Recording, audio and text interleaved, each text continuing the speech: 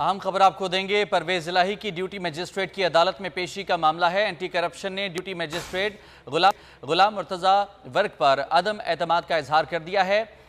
जज गुलाम मुर्तज़ा वकूर जवाब सामने आया, कहा कि आपकी फेवर की बात की जाए तो ठीक है, ना की जाए तो गलत है। फाजिल जज ने कहा कि अगर मैंने गलत फैसला किया तो आप जाकर चैलेंज कर सकते हैं। मैं वही जज हूं जिसने मोहम्मद खान भट्टी का रिमांड दिया। फाजिल जज ने यह भी कहा कि मैं वही जज हूं जिसने पीटीआई कारकुनों का रिमांड दिया। मजीद बात करेंगे। बोल न्यूज़ के नुमाइंदे अब्दुल रहमान हमारे साथ मौजूद हैं। अब्दुल रहमान, बताइएगा क्या कहा गया दोनों जानिब से? जी बिल्कुल, चौधरी परवेज इलाही की जाली भर्तियों के केस में जिस्मानी रिमांड की जो दरख्वास्त है उस पर अदालत की जानिब से फैसला महफूज कर लिया गया है। आज जब चौधरी परवेज इलाही को जुडिशल मजिस्ट्रेट गुलाम मुर्तज़ा वर्क की रूबरू पेश किया गया तो एंटी करप्शन हुकाम के जो वकील हैं उनकी जानिब से अदालत को आगाह किया गया।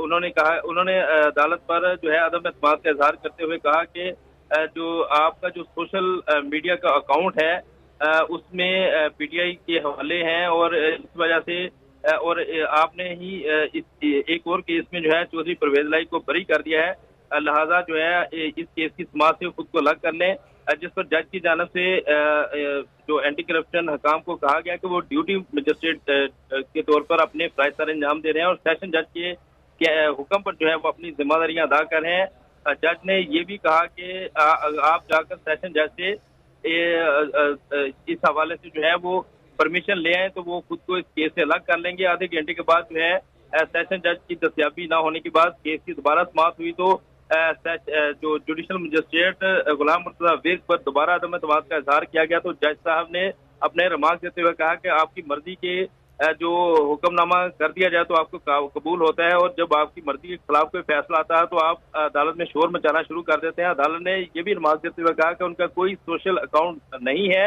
और अदालत ने ये भी कहा कि वो इस अदालत के फैसले को अपील के अंदर चैलेंज करने का कानूनी इख्तियार रखते हैं और अदालत जो है वो इस केस की समाअत करेगी।